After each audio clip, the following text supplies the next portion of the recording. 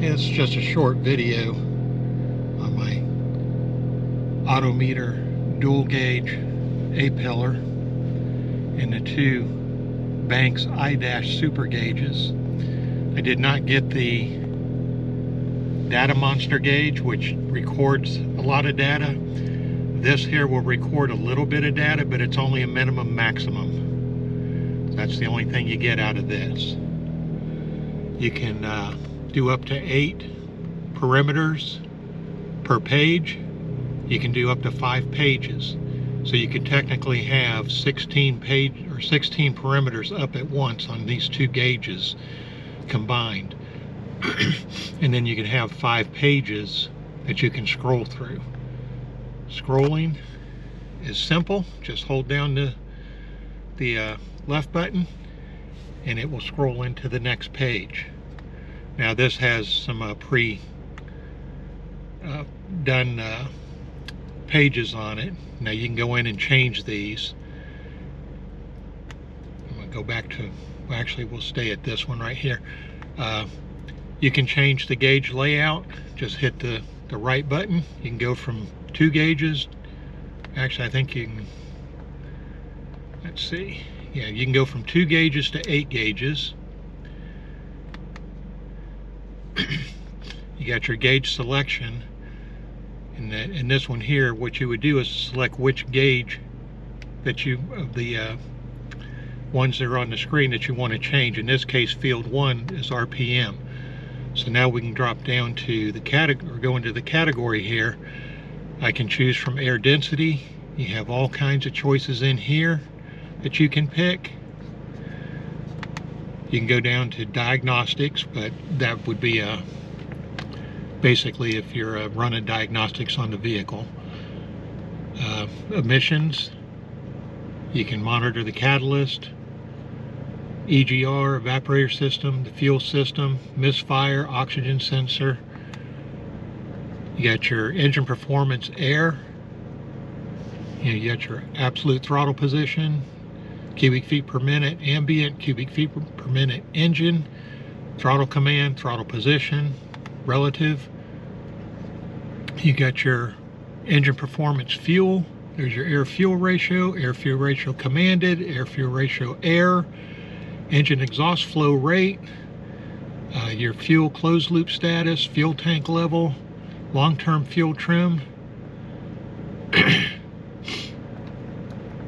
your octane adjust ratio, your short-term fuel trim, your total fuel trim. You can go down here to pressure. You could select one of these to replace it. You got your ambient air pressure, your air pressure in HG, your boost and vacuum and PSI. Your vacuum would be in HG. You got your just boost pressure alone, so you don't show any vacuum. Your evaporator system, vapor pressure, fuel rail pressure, your manifold absolute pressure.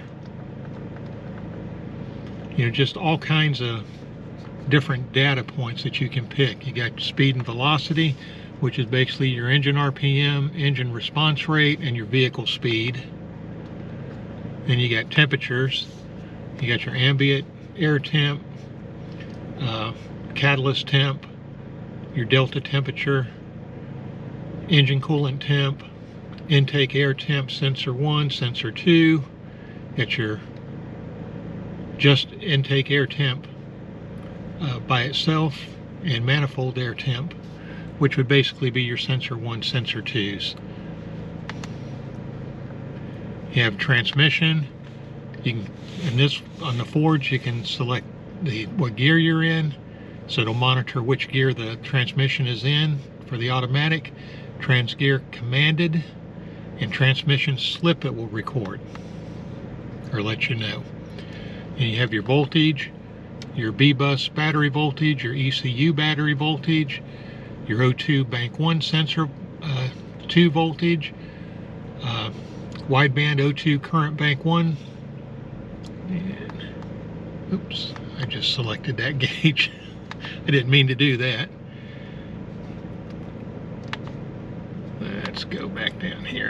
voltages. That's a page I'm not using, so I haven't set any of it up. But these are just some of the features that this has. You know, you got vehicle performance, which is your absolute engine load, accelerator pedal, ambient percent of horsepower, calculated engine load, engine displacement, your engine friction, percent of torque, engine reference torque, horsepower ECU, your idle command, ignition timing advance, oil life remaining, your torque percent actual, and your torque ECU. But that's just, you know, all the stuff that's available to you on these gauges. And again, to swap pages, just hold the right arrow down and it will swap through. There's 5 pages and we're back to page 1. Basically, I have my boost and vacuum, my ambient air temp, my intake air temp, my manifold air temp. And then I have the OAR for the fuel quality. And then I have the catalytic converter, the Cat 1. Right now it's 827 degrees, which is normal at an idle. That'll get up into the 1100 degree mark when you're driving, and it'll go higher if you jump on it. There's your gear. Right now I'm in park, so it's park neutral. On the other gauge, I have the air-fuel ratio, I have the ignition timing, I have your total fuel trim, then I have the short-term fuel trim, long-term fuel trim, and then right here is your fuel rail pressure, and then that's my battery voltage. So that's what I'm monitoring on the gauges.